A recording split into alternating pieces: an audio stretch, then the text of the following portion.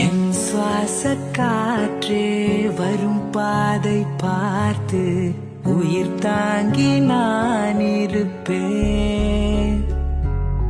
மலர் கொண்ட பெண்மை வாராமல் போனாய், மலை மீது தீ குளிப்பேன்.